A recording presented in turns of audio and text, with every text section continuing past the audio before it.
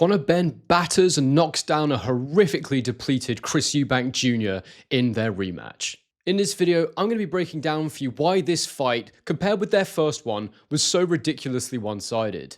Has Chris Eubank Jr. declined so much that he is now an unrecognizable fighter compared with the man that he used to be? Or was Conor Benn just that good? Was he that much better? And what next for both men? I get into it all in this video.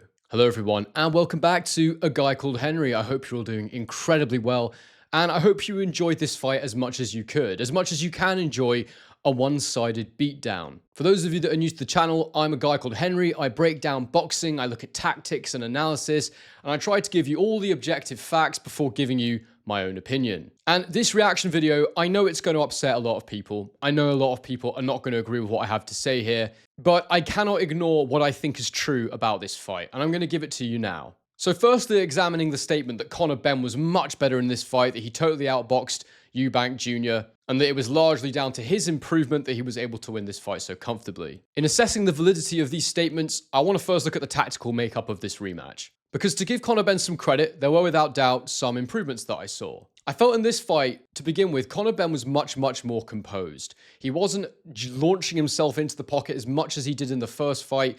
He took his time a lot more closing the gap. And I definitely thought that he used his jab a lot better. By having his lead foot consistently closer to Eubank's, it gave Eubank less time to read what Benn was doing as well. It meant that whilst he was still somewhat lunging in his attacks, he was lunging from a shorter distance, meaning that Eubank had less time to react, to block, to fire a counterpunch. The other thing that Conor Benn did particularly well was I felt he used that straight right hand to the body really well. The jab to the body worked really well for him as well. And overall, Eubank really struggled to deal with Benn's speed in there. He struggled to keep a gap between the two of them, which is something I thought he would need to do in this fight. For Eubank Jr., it was fascinating trying to watch him in there for me because the way that he started this fight, the way he was looking to work, I firmly believe he tried to implement all of the things I spoke about in my pre-fight analysis. I said that Eubank Jr. under Bomac in this fight would look to counterpunch more, would look to be on the back foot and move more, would have his hands up more, just like in that Liam Smith rematch. And I genuinely saw him trying to do that in there. And I guess the question is, I said that Benn made this big change, or there was this difference in Benn this time where his lead foot was consistently closer to Eubank's. He had less distance to travel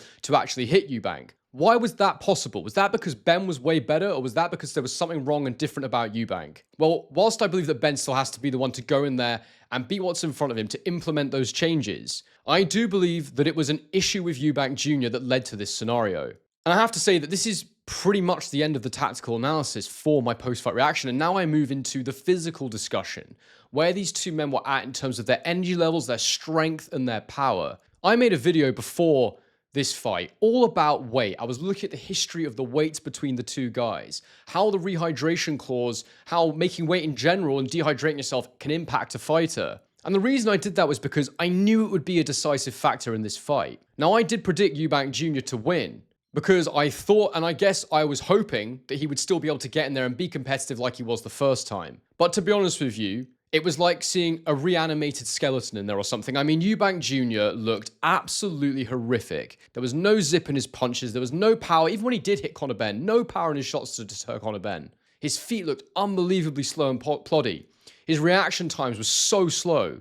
And he just looked so skinny. Like, I mean, look, Eubank Jr. has always been an incredibly lean and ripped fighter, but I thought he looked frail in there. The second I saw him, before the fight even started, when I saw him in the ring with the rehydration he was able to do in the time that he was allowed to do it in, I just thought he looked awful. I thought he looked weak. I thought he looked frail. And it just didn't seem like it was Chris Eubank Jr. in there at all. I have to say that the first fight, clearly the weight cut in that one and, you know, some of the shots he took as well, it's clearly taken something out of him, combined with the fact he's just getting older too. But I think that might have been his last big effort in the ring, that first fight. I feel like he poured it all out. He left it all in there. He absolutely gave it everything he had. And I gave him so much credit after that first fight. I said, this guy came in, even though, let's all be very clear and very honest, he's a grown man, he's an adult, and he chose to abide by the rehydration stipulations on this fight. He has chosen to stay at 160 all this time, even though everybody knows as you get older as a fighter, the weight that you started at as a young man gets harder and harder to make. So everyone's saying Eubank Jr.'s always been 160.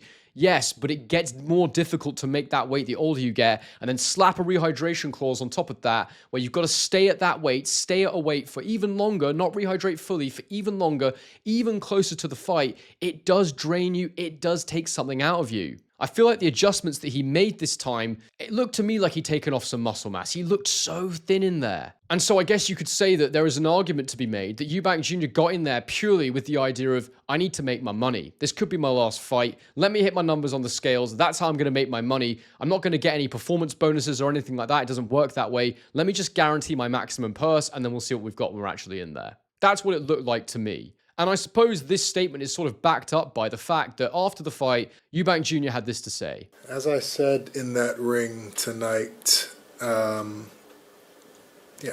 been through hell and back to make it here today. I genuinely thought that regardless of the issues that I've been dealing with, I would be able to go in there and win. Use my boxing skills, use what you guys saw in that first fight. From that first round, I realized that I was mistaken. I tried my best. Conor Benn put on a hell of a fight. You guys saw. You guys saw what I was in there tonight. I thought that, once those bright lights hit and that round went and, I was in there, that, I'd find something. And I tried. I tried hard, but it wasn't there. So you can hear there, Eubank Jr. saying he went through hell. He realized that he could get in there and he would try his best, but he'd had a very, very tough time in camp, alluding to something. We don't know exactly what it was. And these could be excuses, but we have to be honest, people. That was the worst Eubank Jr. I said it last time, but it was even worse this time.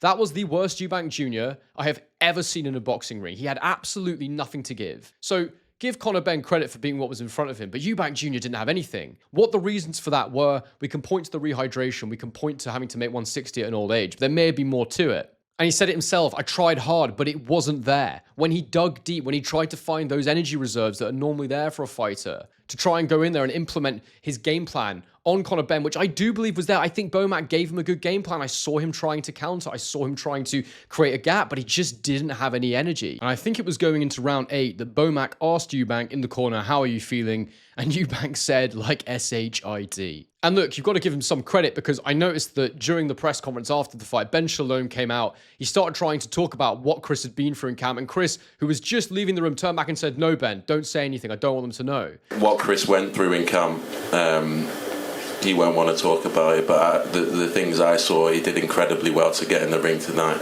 And I just want to say, he's the reason this has been so big. I know you don't want. Chris doesn't want to see it, but I saw what I saw. So it's interesting. I feel like he's tried to maximize the credit he's given to Conor Benn, whilst also letting people know, look, just look at me in there. If you think that's me, then you've never watched me before. And I completely agree. There's nothing like the Chris Eubank Jr. I've seen before. And at the end of the day, people say, oh, you can't talk about the weight. You can't take away Conor Benn's credit. He went in there and did what he had to do. The thing was, I was never going to give Conor Benn credit if he beat Chris Eubank Jr. because this Chris Eubank Jr. is weight drained. He's at the end of his career. He's an older guy now. If you want credit from me, go and beat an actual credible opponent who's in their prime. Somebody who can give it back as much as you can dish it out. And it's so funny because I heard Conor Benn make a statement after the fight. He was talking about the first fight. He said mentally he shouldn't really have been in there fighting, but he needed the money. And he said that he really wasn't prepared to go in there and execute against Chris Eubank Jr. And this quote so beautifully sums it up, but I want to flip it around for you. I say a strong mind can carry a weak body, but a strong body can't carry a weak mind. He said a strong mind can carry a weak body, but a strong body can't carry a weak mind. And it's the same thing, and it was what we saw last time. In their first fight, Chris Eubank Jr. had a weak body, but an unbelievably strong mind. He was able to get through it. We saw that strong mind carry that weak body. But this time, Chris Eubank Jr. was too weak physically. He couldn't carry himself in there. And this time, I guess Conor Benn did have a stronger mind because he was in there with Chris Eubank Jr. in that first fight. And the amount of confidence he must have taken from getting hit by Eubank Jr. last fight and realizing that he couldn't really hurt him, from hitting Chris Eubank Jr. himself and realizing he had enough power to cause Chris Eubank Jr. significant issues. He was way more confident coming into this one. He looked stronger as well, and I don't know. I'm unclear on whether or not he's actually put extra size on, or if it's just that Eubank Jr. looked so frail in there, and Conor Benn was the same as last time, that he just looked bigger and more powerful. I definitely think he was more patient, but It was what Dave Allen had a brilliant quote after the fight. He said that it's easy to be patient when you're hitting the heavy bag, i.e., when there's someone in front of you who's not really giving you much to think about. It's very, very easy to be patient. And Eubank Jr. was not using his jab the same way that he used it in the first fight at all. So look, it was a really bad performance from Eubank Jr. and Conor Benn did what was needed from him. We still don't really know how good he is, in my opinion, because he beat someone who just wasn't there, really. And even in the first fight, I thought it was a poor Chris Eubank Jr. This was the worst one by a mile.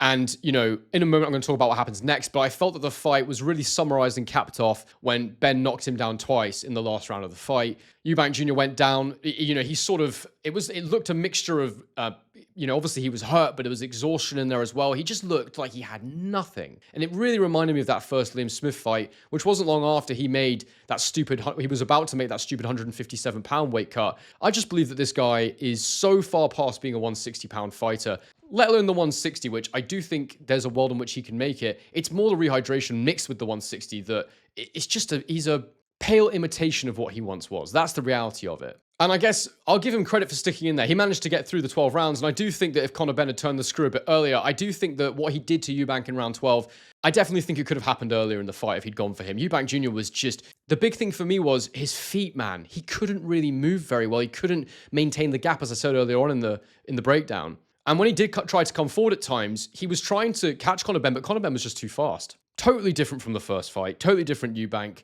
How much better Ben was, in summary, it's really hard to say. I don't put that much stock in his performance, I guess. Now, look, the next question is what next for both men? What should each guy do as the next move in their careers? Let's start with Conor Benn, because I think that's probably a bit more obvious. The question for Conor Benn, really, and it's only one question that he needs to answer is, can you make 147 pounds? Can you get yourself down to the welterweight division? Because if you can, it's a division right now that is full of weak champions. Guys that I'm really confident that Conor Benn can go in and compete with. I don't actually think it's a foregone conclusion that Conor Benn beats them, though, because I truly believe what I'm saying about the physical state of Chris Eubank Jr. at this point in his career. I need to see Conor Benn in there with a live dog, someone that can actually take him rounds, because who's his best win at welterweight? An over-the-hill, depleted Chris Algieri, probably. So to say that it's a foregone conclusion that he goes in there and beats, you know, a Lewis Crocker or a Mario Barrios, whilst I think he can, I need to study it, I don't think it's an absolute given. But for sure, he needs to skip 154 pounds, because at the end of the day, I don't view Conor Benn as being big enough to fight at 154 pounds.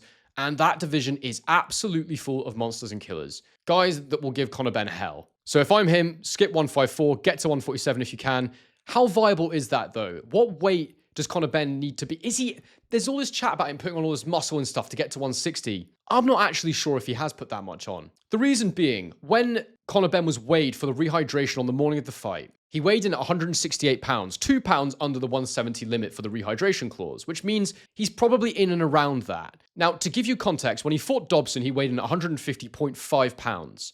And on the night, he weighed 170 pounds in the ring. Now, I wouldn't be surprised if he was around about 170 pounds in the ring against Eubank Jr., because it just makes sense. You're 2 pounds off the weight on the Sunday morning, maybe puts a little bit more back on, or maybe that's what he is, 160 to 172, let's say. If that's the case, if he's down at 147, a 20-pound water cut for a welterweight is a thing that's done. It's a known thing. I hear about guys doing cuts like that all the time. So if that's true, I think Conor Benn needs to take off a few pounds. I think that he's not a million miles off being a welterweight right now. And yes, the weight cut will be more difficult because he's not been doing it for quite a long time, but I'm really not convinced he's that much bigger than when he was a welterweight. I know he's not made the weight in a really long time, and that's a different question, is actually the process of cutting water weight from your body and getting yourself down there, being able to perform when you've depleted your body. But in terms of actually doing it, in terms of how much bigger he's got as a middleweight, I'm really not convinced he's changed in size that much. Something for us to study in more detail, though, when he does eventually head back down to 147. It does sound like that's what he wants to do, to go and get that WBC belt. And I believe he's ranked in the top 5 with the WBC, even though he's not fought at welterweight for years. But, you know, that's a whole other thing. So that's what next for Conor Benn, in my opinion. And what next for Chris Eubank Jr.?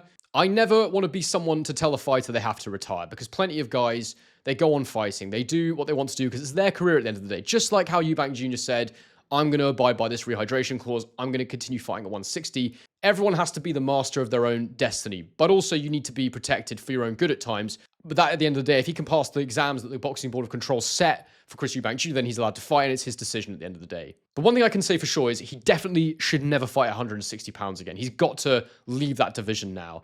And anyway, I don't think he's a marketable asset at 160 anymore, having just been beaten off someone who moved up from welterweight. So the only way he can really rebrand himself for another fight is up at 168. But at the same time, at 168, there ain't many money fights for him. And I only think Eubank Jr. really cares about money fights. Has shown that time and time again in his career. He's not asked about world titles particularly. Sure, he'll take one if it's on offer, but this guy cares about the pound note first and foremost. Ultimately, I don't think he's going to find a payday out there that satisfies the amount of money he believes he'll be worth at this point based on the 2 Conor Benn paydays. So for me, it's time to retire. It's time to hang up those gloves because he's a shell of what he once was. The chin that guy used to have, the shots I saw him take off of George Groves, for example, absolutely incredible. And tonight he's got dropped off a welterweight. That's the reality of the situation. He couldn't compete. He had no punch output. His balance looked absolutely dreadful. And luckily he's got out of there tonight without being hurt too badly. But I really, really think, my opinion is that he should retire. But do not be surprised if you see Chris Eubank Jr. in there against someone like a Jake Paul or something like that. Because this guy, he is a popular figure. He's never been bigger in terms of the culture. And I really think that you could see Eubank Jr. in some kind of exhibition fight at some point. It really wouldn't surprise me. Maybe he'll go and do bare knuckle or something. I don't know. But for me, if you want to have another fight, get yourself up to 168 and see what you can do up there. But I don't even think he's big enough for 168. I know it doesn't make sense, but you've got to understand, guys, if he's going up to 168, he's no longer really draining himself the way he has been. He'll cut a few pounds, but not much. Maybe 7 pounds or something. No more than 12 pounds would be his cut if he's fighting at 168. And he's not got the energy levels he once had, and a lot of the guys up there are cutting the weight down. So, they'll be much bigger than him. I just don't think there's anything left for him to do in boxing. He's made his money. Being a world champion would have been nice, but that ship has sailed. And for me, it's time for him to call it a day. But guys, let me know what you thought about this fight, about what both men should do next in the comments section below. I really appreciate you being here with me on this journey. Don't forget to subscribe to the channel if you are new, and don't forget to smash a like on the video if you've liked it. We've got another good week of boxing coming up with Anthony Yarde and David Benavidez fighting next weekend, so I'll be sure to ramp up my coverage on that one in the coming days. But thank you all so much for watching to the end of this video, and as I always say, on to the next one.